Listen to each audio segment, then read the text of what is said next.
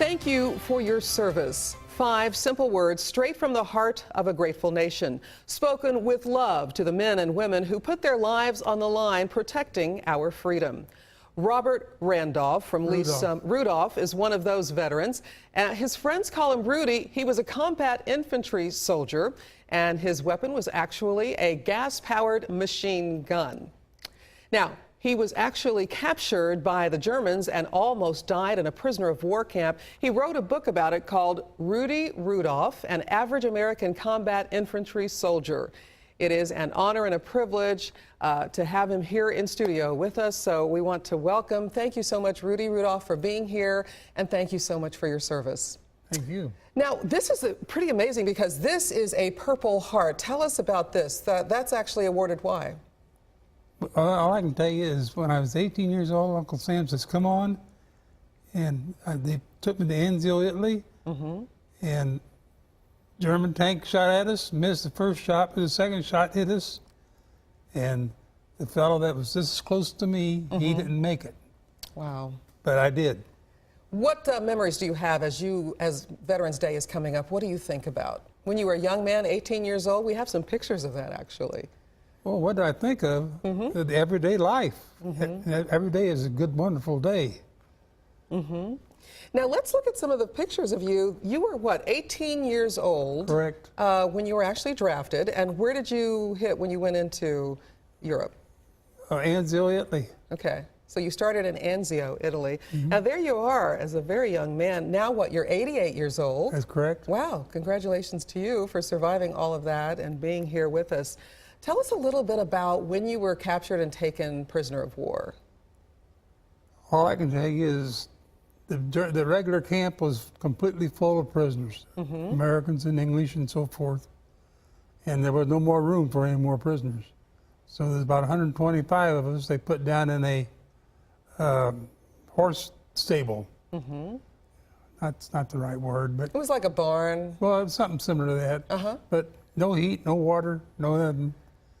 And anyhow, since it was a long story, it was after 99 days, I was liberated by the English troops, and they evacuated me to Brussels, Belgium, and couldn't do no good there, so they shipped me off to Paris, France, and I was in the hospital there for 2.5 months.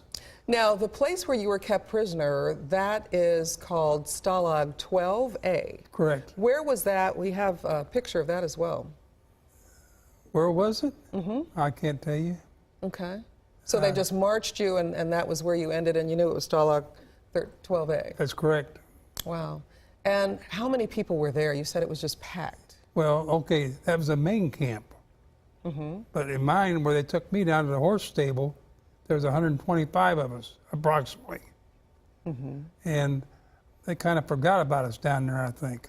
So you're saying you didn't have any kind of blankets, and you didn't have food? No, very little. By the time the main food went to the big camp, but by the time it got down to us, all the goodies was going out of it. It was just water, you might say, fluid. But it was good, but a little bit that we got.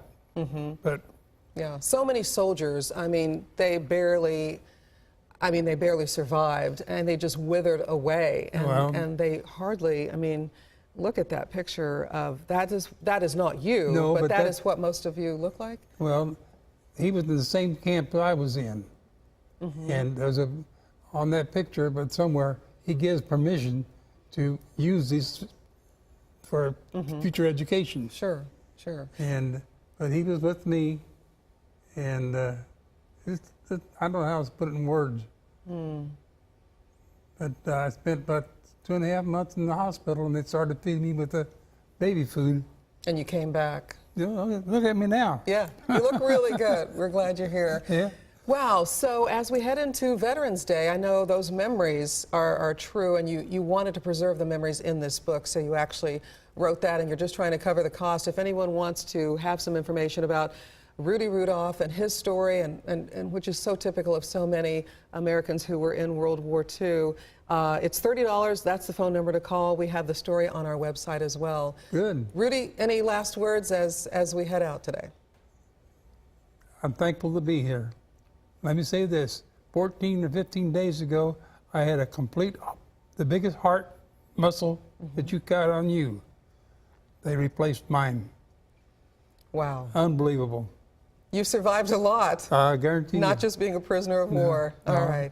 Thanks so much for sharing your story, and it's a great read. I started reading the book last night. Thank you so much.